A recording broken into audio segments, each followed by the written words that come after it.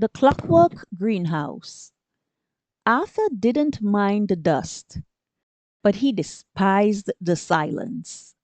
After his grandfather passed away, it fell to Arthur to clear out the sprawling overgrown estate in the English countryside. The house was filled with what you'd expect: heavy mahogany furniture, faded portraits of stern ancestors, and boxes of unread books. But it was the structure at the very edge of the property that caught his attention. Tucked behind a wall of choking ivy stood a Victorian greenhouse.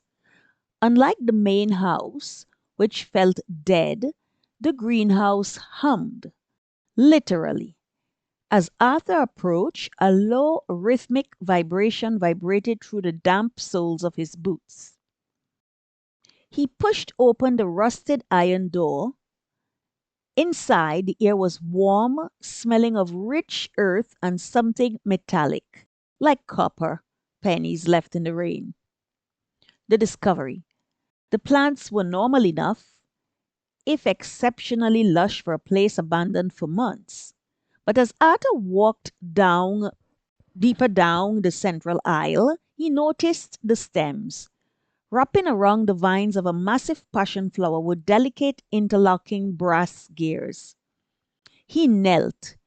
They weren't decorations, they were moving. Tick, tick, tick. Every time a brass wheel clicked forward, a leaf on the vine uncurled just a fraction of a millimeter. The entire greenhouse was a living, breathing clockwork mechanism. In the center of the room sat a stone pedestal. Resting on it was a leather bound journal and a heavy pocket watch made of dark, unpolished iron. Arthur picked up the journal and flipped it to the last page. His grandfather's erratic handwriting filled the parchment. The botanists think growth is purely biological. They are fools. Time is the soil in which all things root.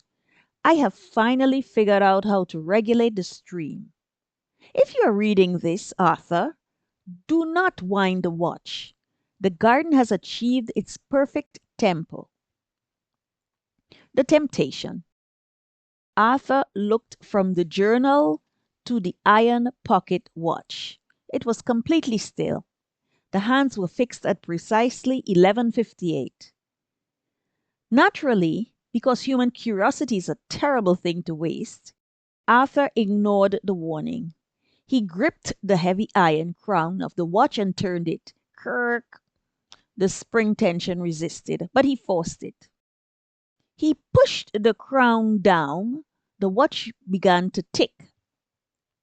Instantly, the low hum of the greenhouse spiked into a high-pitched whine.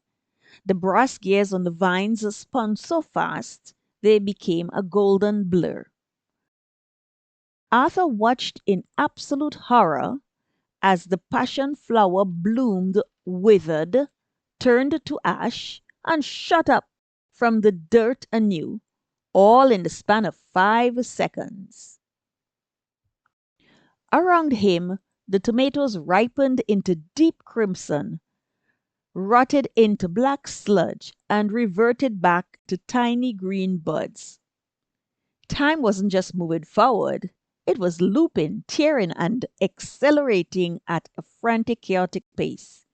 The glass panes above him rattled violently.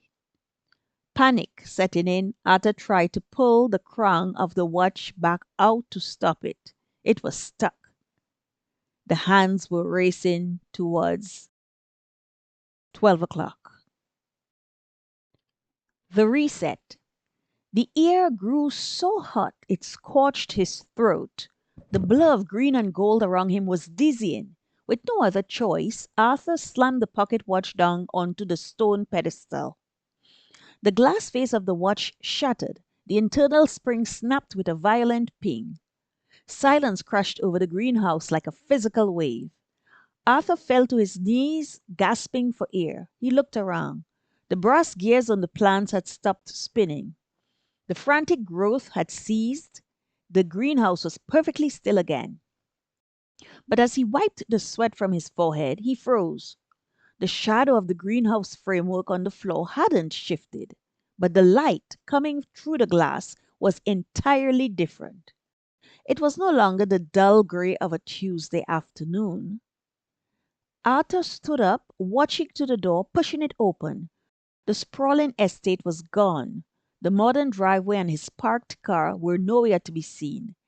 Instead, stretching out before him was an ancient, untamed forest under a sky crowded with more stars than he had ever seen in his life.